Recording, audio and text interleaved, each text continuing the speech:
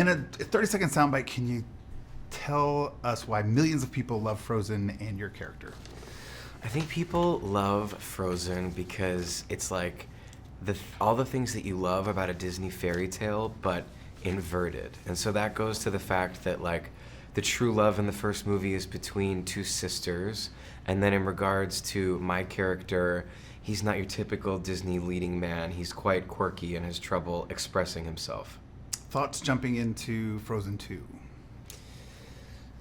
Jumping into Frozen 2, I gotta say I was really excited to get back into it. I was a little nervous before the first day of recording because it had been years since I'd played Kristoff, but it's the exact same creative team that did the first movie. It's Jennifer Lee and Chris Buck and Bobby and Kristen Lopez, and so as an actor you just feel like so safe because they're so brilliant and you can just throw it all, everything you have against the wall and let them kind of put the pieces together and have full faith in that. How in this film how do we find Sven and Kristoff's relationship in this film? Sven and Kristoff's relationship in this film is a little bit different because Sven is really clued into Kristoff's desire to propose to Anna. And so Sven with Kristoff is like really putting a lot of stock and hope into this proposal. And when the proposal ultimately happens, Sven gets very emotional, like a really, really good best friend would, which I found really sweet when I watched the movie last night.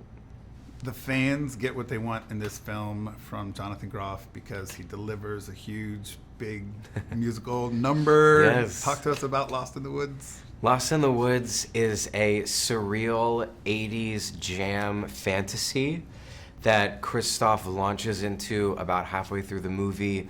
From the beginning, he's trying to propose to Anna. He's feeling awkward about it. He doesn't know how to express himself.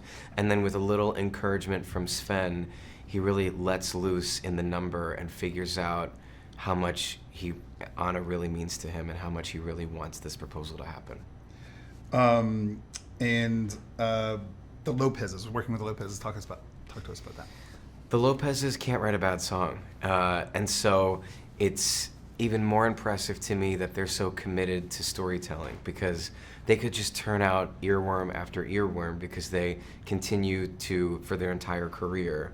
But what I really respect and admire about them is they're not writing a song just to write a great song. They get really invested in the story, they get really invested in the characters, and all of the songs that they write or have written for this film are really embedded to the storytelling of the movie and the storytelling of each character's arc. So you're getting a really dramatic song and an earworm at the exact same time. Love those earworms. Jennifer Lee, Chris Buck.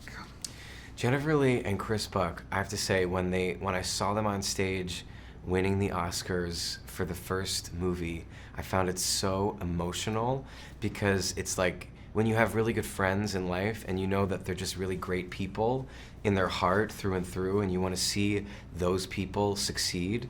And when they're standing there holding those Oscars, I was like, the good guys won. That's what I kept thinking. And they're also just brilliant creative minds, and to see what they've put into Frozen 2 and how much of themselves and how much of their lives and how much they've sort of given to the audiences by putting so much of their heart and souls into Frozen 2 is a real gift to everyone that watches it and everyone that has worked on it. Last thing, since you're from the theater, well, right now at least, Yeah. they say send them out humming. What are people going to walk out of the theaters humming?